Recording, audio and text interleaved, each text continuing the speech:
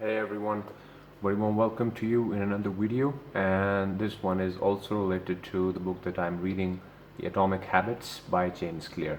And if you have seen the previous video, you can check it out because the link is there within the description, in which I've given you the first glimpse or my first impression of the book when I went through the initial pages and especially the first chapter.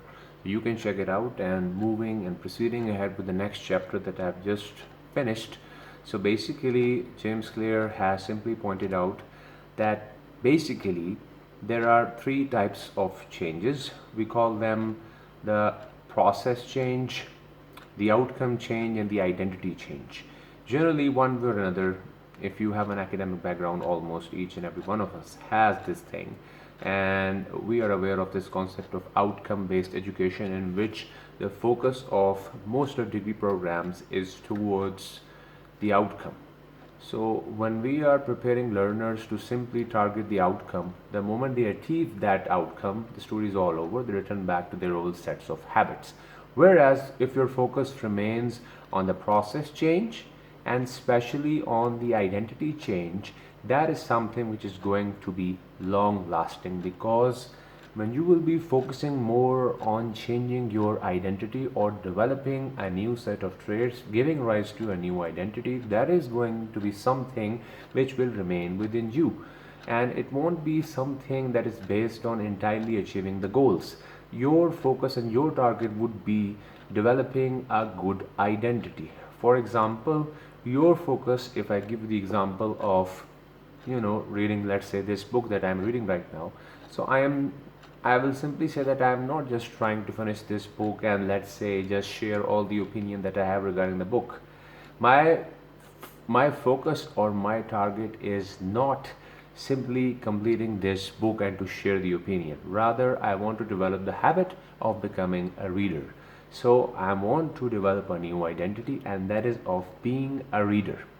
If I give you the example from sports, and let's say you can find some of my reviews regarding the latest Wimbledon tournament that is happening, and I'm giving my perspective regarding different matches. I also play the game also. So my target when I'm watching the game, or let's say if I'm playing the game, is not just about winning one single match. My target is developing those set of habits through which I can call myself as a tennis player, or a book reader, someone who likes to read different books, or the player, or any other kind of identity.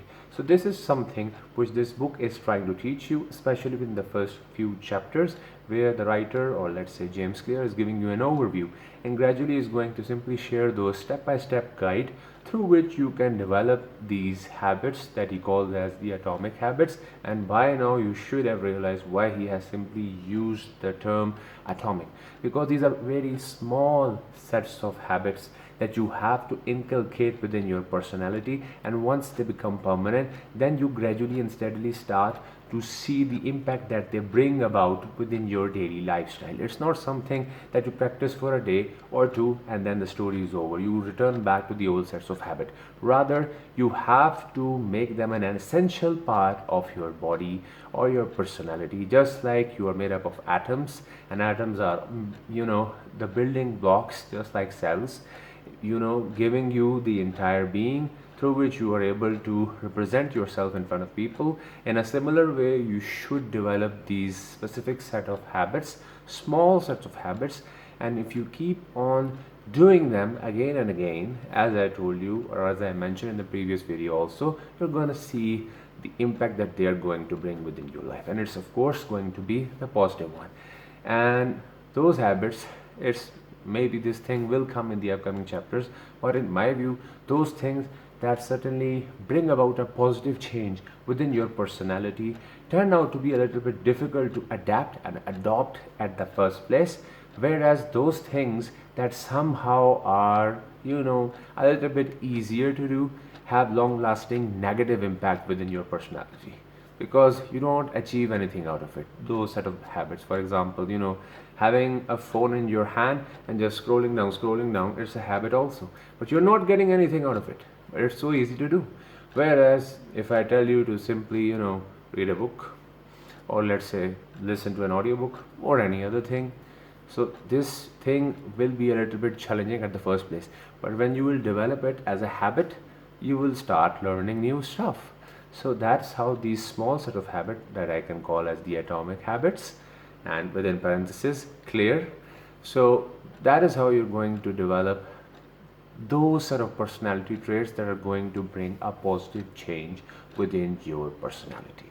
So that's all which I have to say for now, because as I go through the next chapters, I'm going to share and making it simple for you to understand and start attaining some useful stuff from this book that is so marvelous and so useful, because I heard of it, but now I've started giving it a reading, and I thought that I should not just keep it with myself, rather I should share it with you people also, so that the benefit and the outcome is mutual, and we're gonna make it change our identity, giving rise to a new set of personality traits and a new persona.